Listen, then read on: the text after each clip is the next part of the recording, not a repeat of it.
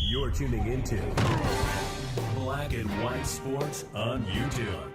The no-holds-barred truth on sports.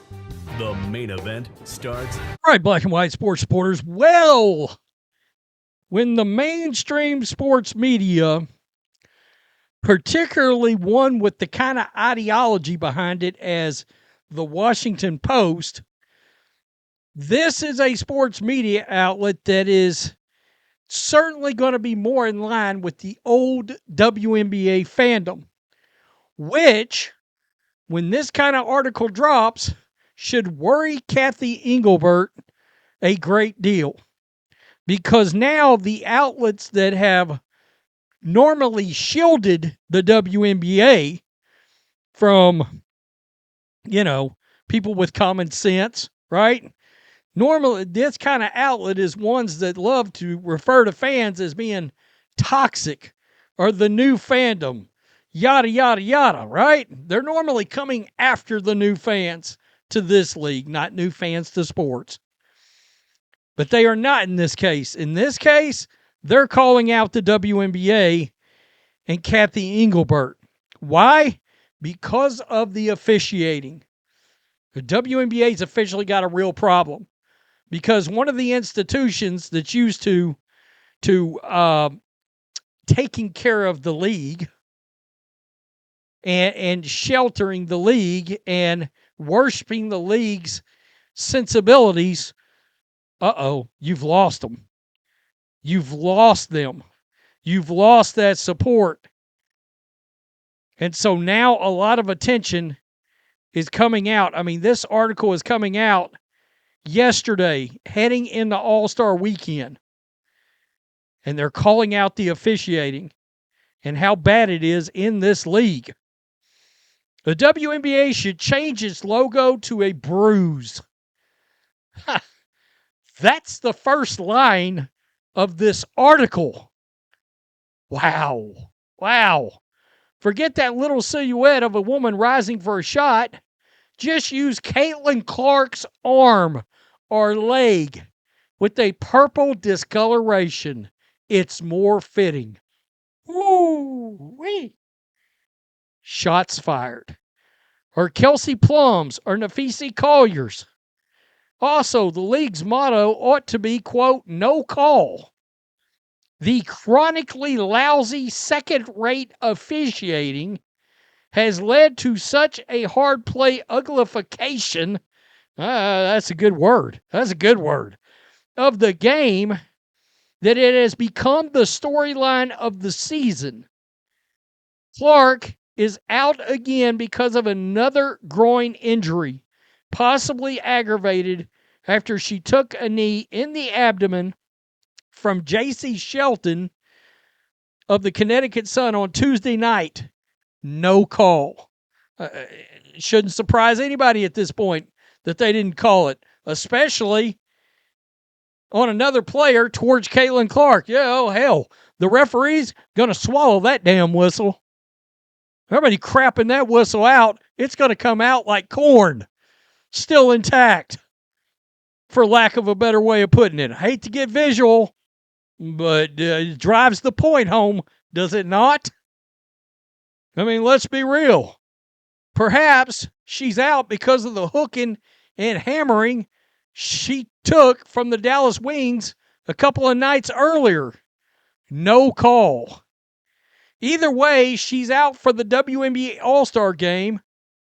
Angel Reese, another casualty of this kickboxing league, is uncertain. I didn't know Angel Reese was a maybe not for the game. I didn't even know that. Since the referees can't or won't make the calls, it was left to Rebecca Lobo and her broadcast partner, Ryan Rucco, who called it out themselves on ABC the other night during a replay that showed Dallas Wings guard J.J. Quinterly repeatedly going all karate on Clark with no whistle. Woo, man. This is embarrassing for the WNBA.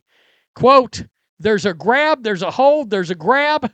I mean, all of those are fouls, and aggravated Lobo said as Clark simply tried to dribble on the perimeter. Every single one of them. That's a foul. That's a foul. Wow. I did a video and showed that clip. It was brutally embarrassing for the league. The surest way to kill the league's popularity and halt its commercial momentum is to put its stars in ice packs and traction. Absolutely. That is a factual comment. This momentum that Cathy Engelbert has had going in this league came to a crashing and sudden stop. Your most popular player, your biggest draw, the Tom Cruise in his prime, the Harrison Ford in his prime, the Clint Eastwood in his prime, is out for the biggest movie of the year. Unavailable. I've said, if I'm the NBA, and I said this earlier in a live stream on a member stream, by the way, go to Black and White Sports, become a member. You can sit in on that live stream with me and John Matrix. We talked about this today, this morning. I mean, my God, if I'm the NBA and Adam Silver, I'm getting a Zoom call or in person. Every member of leadership, coaches, and general managers across every team and Cathy Engelbert on a Zoom call or in a conference room during the season. They're making that flight out. And I am telling them, you get your shit together or I will find new leaders. I will determine that you guys are incompetent. Particularly Cathy Engelbert. I'd be talking to her. But it would be a signal to say, hey, you better have a talk with your players as well. The surest way to kill the league's popularity and halt its commercial momentum is to put its star players in ice packs and traction.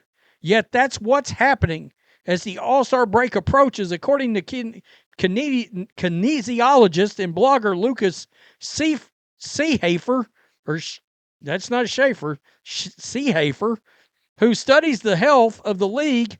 Players have suffered 141 injuries since opening day. This is a league that only plays 44 games.